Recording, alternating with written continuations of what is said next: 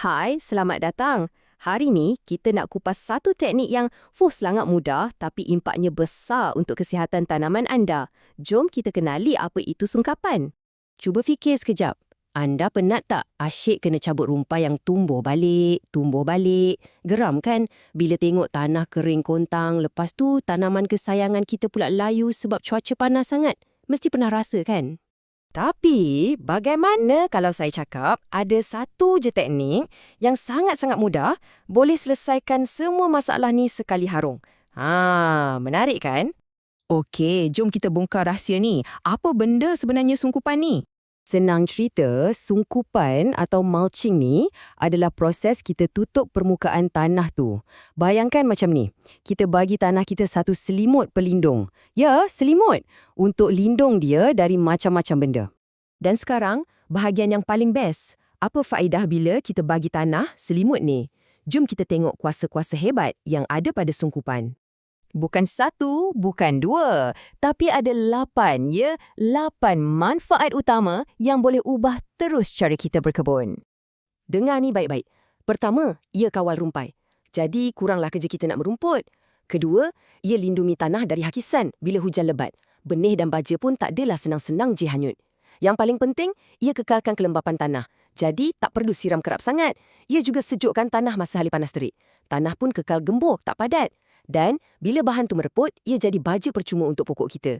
Malah, ada jenis sungkupan khas yang boleh halau serangga perosak. Wow, hebat kan? Nampak tak beza dia? Jelas sangat kan? Tengok yang sebelah kiri tu. Tanah yang terdedah, nampak macam menderita. Kering, keras, penuh dengan rumpai. Tapi, bandingkan dengan yang sebelah kanan, bila ada selimut sungkupan, tanah tu nampak sihat, lembap dan gembur. Inilah bezanya antara pokok yang hidup segan mati tak mau dengan pokok yang betul-betul subur. Jadi, nak guna bahan apa untuk buat selimut ni? Tenang, jom kita tengok pilihan semula jadi yang selalunya ada di sekeliling kita je. Dan inilah bahagian yang paling best. Anda tak perlu keluar duit banyak pun. Kebanyakan bahan ni mungkin dah ada kat halaman rumah. Kita cakap pasal rumput kering yang kita mesin, daun-daun pokok yang gugur, jerami, malah pelepah kelapa atau sawit. Alam semula jadi dah sediakan semuanya. Baiklah, bahan dah ada. Sekarang, kat mana kita nak letak bahan-bahan ni untuk dapat kesan paling power? Jom kita tengok strateginya. Ada 4 cara utama yang kita boleh buat. Kita boleh tutup seluruh batas tanaman untuk perlindungan maksimum. Atau kita letak di sekeliling pangkal pokok untuk fokus bagi kelembaban.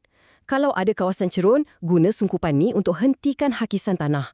Dan boleh juga jadi alas dalam polybag supaya akar sentiasa sihat. Setiap cara ada fungsinya yang tersendiri. Okey, jadi apa rumusan atau perkara paling penting yang kita kena ingat daripada perkongsian kita hari ini? Perkara utamanya cuma satu.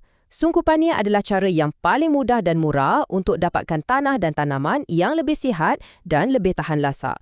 Ia macam satu pelaburan kecil je, tapi pulangan dia memang sangat besar. Jadi ingatlah pesanan ni, berikan tanah anda selimut pelindung yang sepatutnya. Ia bukan sekadar untuk nampak cantik tau, tapi ia soal kesihatan dan perlindungan asas untuk nyawa di kebun kita. Jadi, soalan terakhir untuk anda. Sekarang, bila anda dah tahu semua kuasa hebat sungkupan ni, tanaman mana satu dalam kebun anda yang akan dapat selimut pelindung dulu?